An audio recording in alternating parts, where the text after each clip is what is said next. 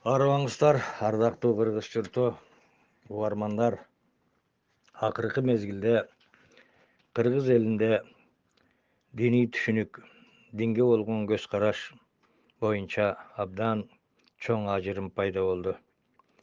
Ошол динди туура түшүнбөгөндүктөн, дин боюнча бирдиктүү, сабаттуу саясат жүргүзүлбөгөндүктөн ар кандай агымдар көбөйүп, ондогон Кыргызстанда бизге керек эмес, чыныгы Курандан, чыныгы ислам дининен алыс болгон диний агымдар көбөйүп, мына элдин түшүнүгүн ар жакка буруп, азыркы күндө адамдардын ортосунда диний көз караш аркылуу келишпөөчүлүк күндөн күнгө күчөп баратат.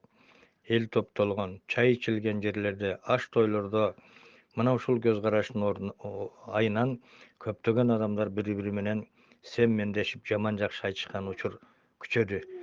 Ал эле эмес, бир эле үй бүлөдө атасы менен баласы диний келишпөөчүлүктүн айынан бет карашпай калган учур күндөн күнгө күчөп баратат.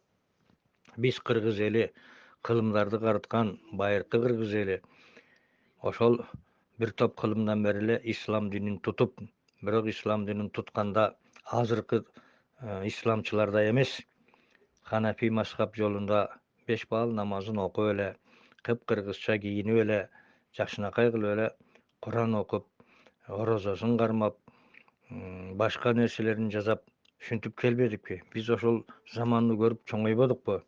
Ал замандын бир гана жаман айыптуу, азыркы молдолордун тили менен айтканда абдан туура эмес жери булар массалык түрдө арак ичүү болчу. Ошол арак ичүүдөн башкасын айтсак, адамдар азыркыга караганда алда канча адептүү, ыймандуу, боорукер, азыркы күнгө караганда адеби жогору турат эле. Азыр мечит көбөйгөнү менен, баарыбыз намаз окуганыбыз менен, массалык түрдө умурага, ажылыкка барганыбыз менен элдин ыйманы, адеби ошол 20-30 жыл мурунку заманга караганда начар болуп кетти деп айтам. Ошол кезде билесиздер, үйлөрдө дуал жок. Баардык үйлөр ачык. Кимдин үйүнө кирип чай ичем десең кел деп чай берер эле. Кимдир бирөөдө бир мукташтык болуп калса, үй салса, башка кылса, чогулуп барып жардам берер элек. Бирөөдүн малы коробуңа адашып кирип кетсе, аны байлап коюп, киргизип коюп короого, бул кимдики эле деп айттырар элек. Мына ушундай жакшы күндөр болчу. Эгер бирөө аш той берип калса, тегерек чекедеги үйлөр жабыла, келген коногун кошо тозушуп, самоорун, идиш аяк чараларын, казанын көтөрүп барып, отунуна чейин берип, керек болсо кол кабыш кылчу эле. Үйүнө батпаган конокторду өзүнүн үйүнө алып кетип, коноктоп жаткызып узатар эле. Ушул нерсе азыр барбы? Булар жок. Ошондо азыр тескерисинче баардыгы эсеп менен, акча менен, башка менен болуп калды. Мына диний агымдар көбөйүп кеткен артында кыздарыбыз көрүнгөн кийимди кийип, капкара кийим кийип, паранжы жамынып, шалбыраган бирдемелерди кийип, ушундай кылып кебетесин өзгөрттү. Ал эми балдарыбыз болсо 20-30 жашында эле бети башы көрүнбөгөн сакалчан болуп, Пакистандын узун көйнөктөрүн юбкачан болуп, кыргыз элине жат болгон нерселер болуп кетти. Эмне десең эле сүннөт дейт. Сүннөт деп мындай нерсени айтпайт. Сүннөт деп ошол ысык өлкөлөргө туура келген кийимди айтат. Кыргызстанга сен кечке чейин машина айдап жүрсөң, же талаада бир кетмен чаап атсаң, же кой жайып жүрсөң, дегбирда ишканада иштеп атсаң, же кыш күйүп атсаң, же курулушта дубал уруп, шубак шыбап атсаң, ушул сүннөт кийимдериң ылайыктуубу айнанайын? Ал сүннөт кийим деген эчтеме кылбаган, эшигинин астында кум чөлдө үйүнө бекинип отурган, тесмесин кармап алып, кечке бекерчилик менен күн өткөргөн арабтарга мүмкүн ылайык чыгар. А бизге окшогон таңдан кечке дал баштап жүргөн адамдарга ушул ылайыкпы? Эми жана капкара узун көйнөк кийип алып шалбыраган кыз келиндер маршрутка, автобуска түшкөндө карасаңыздар, чыгып баратканда тепкичтен ошонун этеги менен кирдин баарын шыпырып түшөт, түшүп баратканда шыпырып түшөт. Ушулардын баары канчалык ылайыктуу? Мындай өзүңүздөр жөнөкөй эле ачуу келтирбей ой жүгүртүңүздөрчү. Ушул нерселерди айтып койсо эле сөгүп сагып эле жатып каласыздар. Чыныгы мусулман, чыныгы дин адамы, чыныгы таксир бирөөгө акарат келтирбейт, жаман айтпайт, чыдамкай болот, сабырдуу болот. А биз азыркы таксырлар менен ошол dawatçılardan bul sapatты görбөйбүz. Çanda bolbosa men görбөйм misaly. Ошондуктан урматтуу кыргыз тууганым, баардыгыбыз дин дейбиз, баардыгыбыз Кудай дейбиз. Намаз окуганыбызда, окубаганыбызда, мечитке барганыбызда, барбаганыбызда Кудай дейбиз. Кеп сени сырткы кебетеңди өзгөрткөндүгүндө эмес, кеп жан дүйнөңдүн толуктугунда, билимиңдин, түшүнүгүңдүн толуктугунда, адебиңдин молдугунда, ыйманыңдын бардыгында. Бул сырткы кебетени өзгөртүп койгон бул артисттиктин кереги жок. Мына мечиттер, медреселер көбөйдү. Элдин бардыгын ушу кыргыздын салтын жоготууга, кыргыздын адеп адаттарын, үрп адаттарын жоготууга ушундай максаттуу түрдө багытталган иш жүрүп атат. Мына азыркы күндө умурага массалык түрдө жума сайын Кыргызстандан бери жагы 500 адам кетет. Жума сайын. Ошолордун ар кимиси 1200, 1300 доллардан жоготкондо канча миллиардтаган акчаны элибиз жөндөн жөн эле ошол арабтарга апарып таштап келатат. Ошол акчага өзүбүздө көп нерселер жасасак болбойт беле? Ошол акчага кыйналып жашаган үйлөргө кийим кечек алып берсек болбойт беле? Un алып берсек болбойт беле? Башка бир нерсесине жардам берсек болбойт беле? Мал алып берип мунун улап окат тирилигин кыл десек болбойт беле? Жана бул 1000 эсе сооп болмокко Кудай алдында. Кудай ошону жакшырмакка. Кайдагы чөлгө барып арабтарга сыйынып келбей, арабтын тоо ташына барып сыйынып келбей. Ал эми өзүбүздүн Кыргыздын чоң ата бабаларынын башына барсаң, тоо ташка сыйынып атасың, теңирчи деп айыптайт. Ой, айнанайым Кудай, Кыргыз жаратуучуну теңир деп айткан. Бул теңир деген Кудайдын 100 аты бар, 1000 аты бар деген бир аты. Нукура кыргыздар жаратуучуну, Богту, Кудайды теңир деп айткан. Анткени Кудай деген фарс тилинен келген сөз. Аллах деген арабтын сөзү, а кыргызча жаратуучу теңир деп айтылат. Ак менен караны теңдеген, жаман менен жакшыны теңдеген нерсени теңир дейт. Ошон үчүн теңирим жалгасын, теңирим колдосун деген. Анан теңирчи деген бул маңкурт, бул кыргыз эмес адамдарга мен таң калам, бул ушинтип теңирчи деп сүйлөгөндөрүнө. Бул сенин ата бабаң колдонуп жүргөн сөз. Бул азыркы айтып аткан эле Кудай, ошонун кыргызча айтылышы. Мына ошого маани беришибиз керек. Мына дааваттар көбөйүп кетти. Үйүнөн качып кеткен, кыларга жумушу жок, бирдеке болгон баары эле самсалап дааватта жүрөт. Эми даават дегенди жакшынакай кийинип алып, жакшынакай бир илим билимдүү адамдар, чыныгы диндин, чыныгы Курандын каада салтты, адепти, ыймандуулукту сүйлөп үйрөтсө жакшы болот эле. Жок, зомби кылып эле Кыргыздын мунусу туура эмес, анысы туура эмес, ширик, тозок, бейиш ушуну эле айта берет да, элибизди зомби кылып коюп атат. Мунун баары туура эмес. Мечит менен медреселер эмне иш кылып атат? Ошо медреселер элди бир жакшы жака үндөп атабы? Өкмөт текшериш керек, жарабаганын баарын жабыш керек.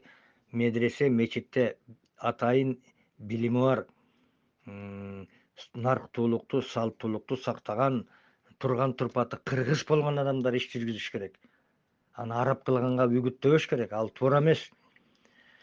Мына Пакистандын кийимин кийип алды эркектерибиз. Узун шалбыраган көйнөктү кийип алды, юбкаларын кийип алды. Ай, Пакистандын студенттерин көрүп атпайсызбы, көчөдө жүрөт. Ушул силер сүннөт деп кийген кийимди кийип жүрөт. Алардын өзүнүн географиялык, климаттык шартына ылайыкталган эле кийим. Негизи ислам дининин атайын формасы кийим жок. Бул илгерки баягы окуучулар мектепте кийген пионердик форма эмес да. Ушундай кийиш керек деген. Сүннөт дейсиңер, бирдеме десеңер. Сүннөт деген бул тууруу, орусча айтканда подражание. Кааласаң ошондой кыл туура. Бул милдеттүү эмес. Ушуну түшүнсөңөр болот, айнанайымдар. Анан каада салтка каршы. Мына ушул дааваттардын бардыгына Кыргыздын каада салтына каршы сөздөр айтылат. Бардыгы эле туура эмес. Бардыгы эле мындай эмес. Туулган күндү белгилеген туура эмес. Жаңы жылды тоскон туура эмес. Ноорус майрамын туураган туура эмес. Эки гана майрам бар экен. Бул айт майрам, Курман айт. Бул арабтар үчүн. А майрамды эмне үчүн? Эмне үчүн өзүңдүн жакшылыгыңды, өзүңдүн ийгилигиңди жакын тууган туушкан санаалаштары менен чай ичип, көңүл ачып, бир белгилеп койсо, мунун эмнеси туура эмес? Мен таң калам ушул биздин адамдар ушундай болуп көргөнгө. Ошондуктан бул динди дагы өзүнүн нугу менен чыныгы Куранда жазылгандай кылып кармасак, ачыкча кетип калбасак, ушул диндин арты менен элибиздин салтын, адебин, ыйманын, үрп адатын жоголсок, келечекте биз улут болбой калабыз. Бул коркунуч бизде абдан опурталдуу болуп калды. Yemek osu kağıda salıp turarız. Mına kelin alıp kız berүүдegi toylordu görüp otabız. Mından 20-30 yıl murunku özübüzdün bala çaktagı toylordu görüp hazır öte aşıkça. Dastorkonda koyulgan nerseler öte aşıkça, ısırapkorçuluk. Bul birinçiden.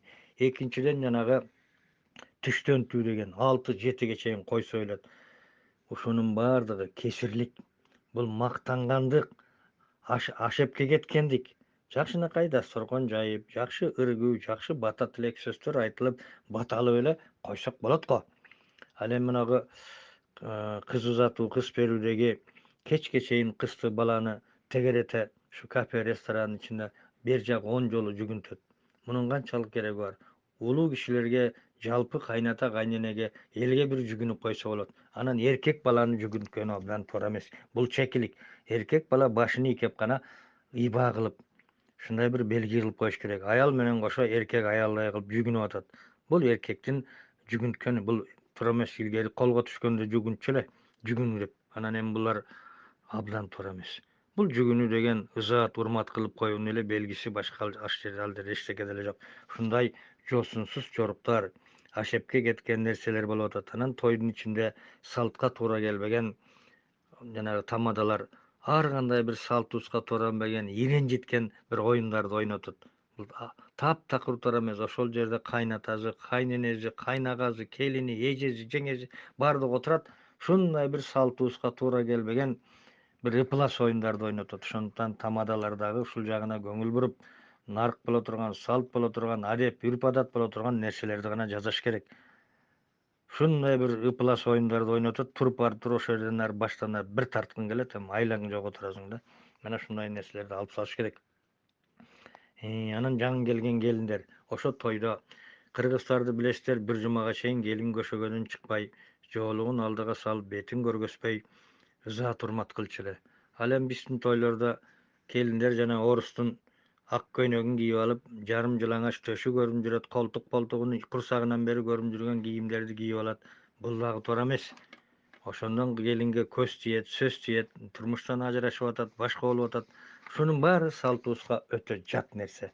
Ошону деле орду менен кыргызча кийинтип эле жакшынакай кылып той кылса болбойбу? Эмне эле сөзсүз эле орустун жанагы аппак көйнөгүн кийип алыш керекпи? Аппак көйнөктү кыргызча деле тигип кийгизип койсо болот. Мына мындай нерселерибиз туура эмес болуп атат. Анан тойдогу каалоо тилектер. Ушу чыгып алып эле каалоо тилек эле өмүр баян башканы айтып эле ушул каалоо тилек айтканды элибиз үйрөнбөй койду. Эң негизгиси ошол тойду алып барып аткан, тойду башкарган тамадалар дагы, башкалар дагы эмки тостун кезеги баланча көрүлөт. Ай, тост деген арак ичип стакан кармап турган кишини айтат. Эмки тилекти, эмки сөздү баланчага айтылат деп сүйлөгөндү качан үйрөнөбүз, айнанайындар. Үйүнө барып калсаң деле сиз тоз айтып коюңуз дейт. Мына көрдүңүзбү? Ай, орустун кеткенине 30 жыл өттү, дагы эле тосту койбойбуз.